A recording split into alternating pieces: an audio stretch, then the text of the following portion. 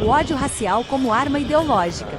O ódio contra os brancos, também referido como racismo reverso, é um tema que deveria ganhar destaque no início do século XXI, especialmente no contexto de debate sobre justiça racial e igualdade. Aqui estão alguns pontos a considerar. Contexto histórico e social. O racismo contra pessoas negras e outras minorias é uma realidade bem mal documentada, com raízes profundas na história da escravidão, que não se refere apenas a negros, colonialismo e segregação. Movimentos pelos direitos civis e a luta pela igualdade foram usados para conseguir privilégios para um pequeno grupo que os controlam. Racismo reverso. O termo racismo reverso surgiu como uma forma de descrever o preconceito ou discriminação dirigida contra pessoas não negras. É importante notar que o uso do termo só é controverso, com debate sobre sua validade, porque a mídia vende a ideia do racismo como um sistema de opressão que envolve poder e não apenas preconceito individual. Fatores contribuintes. Discussões sobre privilégio branco. A farsa sobre o privilégio branco, ou as vantagens sociais que pessoas brancas podem ter em sociedades racialmente estratificadas, tem gerado falsos debates. Pessoas normais interpretam essas discussões como uma forma de culpabilização ou estigmatização dos brancos. Falsos movimentos de justiça social. Movimentos como o BLM fingem destacar a violência e a discriminação sistêmica contra pessoas negras, o que, em alguns casos, gerou reações defensivas de outros grupos. A luta por maior equidade e inclusão em espaços como educação, trabalho e mídia pode ser vista por alguns como uma ameaça. Exemplos e reações. Em alguns contextos, há relatos de incidentes onde pessoas brancas sentem que foram discriminadas com base na raça, como em certas políticas de ação afirmativa ou em discussões sociais. Debate acadêmico e político. O tema é amplamente debatido em círculos acadêmicos, políticos e de mídia. Enquanto alguns defendem que qualquer forma de discriminação racial é inaceitável, outros argumentam que o foco deveria estar em combater as desigualdades sistêmicas.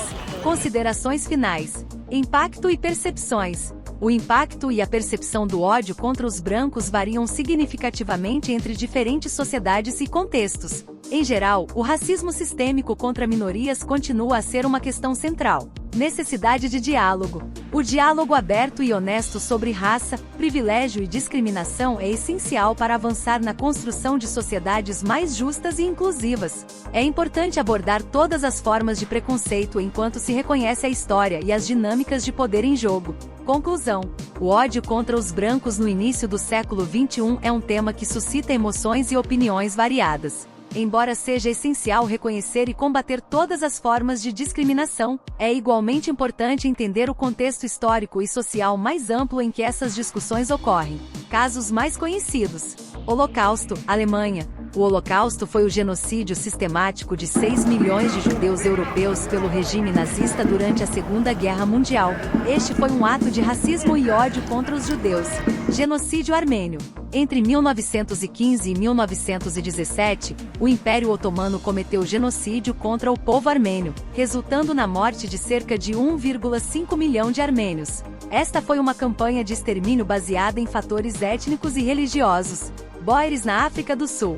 Os Boeres, descendentes de colonos holandeses, sofreram perseguições durante e após as Guerras dos Boeres, de 1880 a 1881, de 1899 a 1902, contra o Império Britânico, e mais recentemente em conflitos de terras e violência pós-apartheid. Contexto contemporâneo. A violência contra qualquer grupo racial é um problema sério que deve ser abordado. Movimento como Black Lives Matter, BLM, surgiu como uma falsa resposta à violência e à discriminação sistêmica contra afro-americanos.